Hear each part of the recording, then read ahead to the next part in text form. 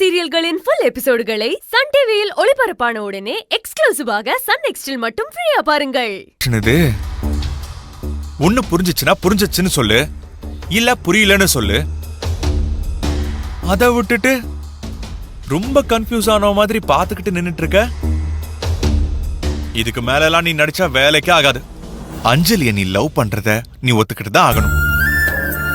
பாரா, இவ்ளோ சொல்ற, இப்பவும் நீ எந்த பதிலும் சொல்லாம நிக்கிற. அப்ப நீ அஞ்சலிய லவ் பண்றன்னு உனக்கு தெரியும். ஆனா தெரியாதவ மாதிரி நடிச்சுக்கிட்டே இருக்க. டேய், வாயை திறந்து ஏதாவது சொல்றா. பா, இதுக்கு மேல எனக்கு பொறுமை இல்லப்பா. ஏன்னா தூங்குறவனை எழுப்பலாம், தூங்குற மாதிரி நடிக்கிறவனை மட்டும் எழுப்பவே முடியாது. டேய், நான் உன் மனசாட்சிடா. நீ என்கிட்டயே நடிக்கிற பாத்தியா? அதுதான்டா எனக்கு ரொம்ப கொடுமையா இருக்கு. முன்னெல்லாம் கோவப்பட்டு என்ன டென்ஷன் பண்ணுவ, இப்போ எந்த பதிலும் சொல்லாம என்ன கொல்ற பாரு. என்னால முடியலடா சாமி, நான் கிளம்புறேன்.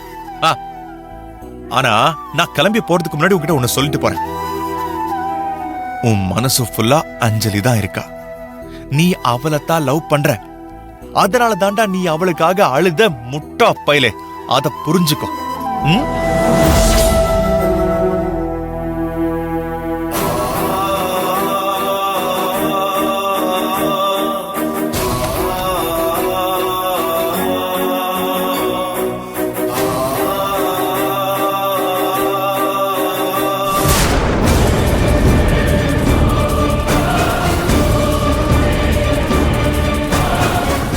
என்ன நடக்குது?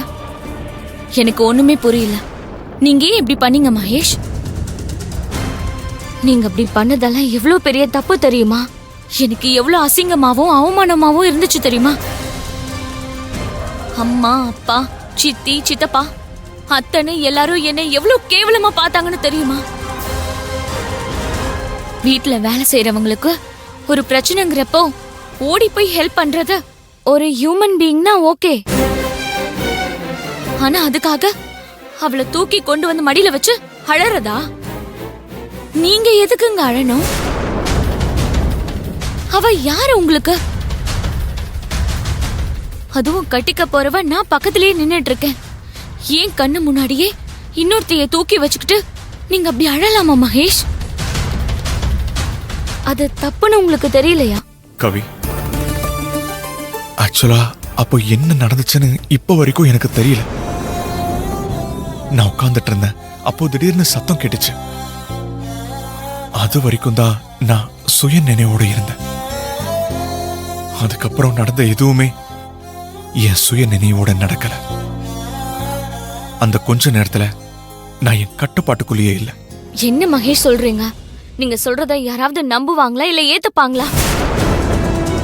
நீங்க அவளை தூக்கி உங்க மடியில வச்சுக்கிட்டு அஞ்சலி அஞ்சலி அழும்போது எனக்கு செத்து போயிடலாம் போல இருந்துச்சு. உன் கோபம் எனக்கு புரியுது. நான் பண்ணது தப்புதான். ஆனா உண்மையிலேயே நான் ஏன் அப்படி நடந்துக்கிட்டேன்னு எனக்கு இப்ப வரைக்கும் தெரியல. அதனால அத பெருசா எடுத்துக்காம இதோட இதை விட்டுறலாம் கவி. இல்ல மகேஷ், அப்படியெல்லாம் இதை சாதாரணமா விட முடியாது. நான் விடுறதாவும் இல்ல. அன்னைக்கும் அப்படிதான். மால்க்கு போலான்னு சொன்னோம். அவ தலைவலின்னு சொன்னா நீங்களும் தலைவலிக்குதுன்னு சொல்றீங்க. பீச்சுக்கு போனோம். என்னையும் மித்ராவையும் விட்டுட்டு அவ கூட கொஞ்சம் தெரியுறீங்க. இப்ப என்னடானா இப்படி. நீங்க எனக்கு ஒரு சத்தியம் பண்ணி கொடுங்க. சத்தியமா? எதுக்கு கவி? இனிமே அஞ்சலிய பார்க்க மாட்டேன், பேச மாட்டேன்னு எனக்கு சத்தியம் பண்ணி கொடுங்க. என்ன கவி இது? அதுதான் எனக்கு இனி சேஃப்னு தோணுது மகேஷ். ஏன்னா எப்ப பார்த்தாலும் என்னை விட அவளுக்கு தான் நீங்க அதிகமான இம்பார்ட்டன்ஸ் கொடுக்கறீங்க. அவளை ஏன் முன்னாடியே ஃப்ரெண்டு பெஸ்டின்னு சொல்லி என்ன ரொம்ப நோகடிக்கிறீங்க. அதனால இனிமே நீங்க அவளை நேருக்கு நேரா பார்க்க கூடாது, எதுவும் பேசக்கூடாது. உங்களுக்கு எது தேவையா இருந்தாலும் என்ன கேளுங்க, நான் உங்களுக்கு பண்ணி தரேன். அவகிட்ட நீங்க எதுவுமே கேட்க கூடாது. அப்படியெல்லாம் நீங்க அவகிட்ட பேசினாலே எனக்கு மன உளைச்சலா இருக்கு. அதனால ப்ளீஸ் அவளை பார்க்க மாட்டேன் பேச மாட்டேன் அப்படின்னு சொல்லி எனக்கு சத்தியம் பண்ணி கொடுங்க.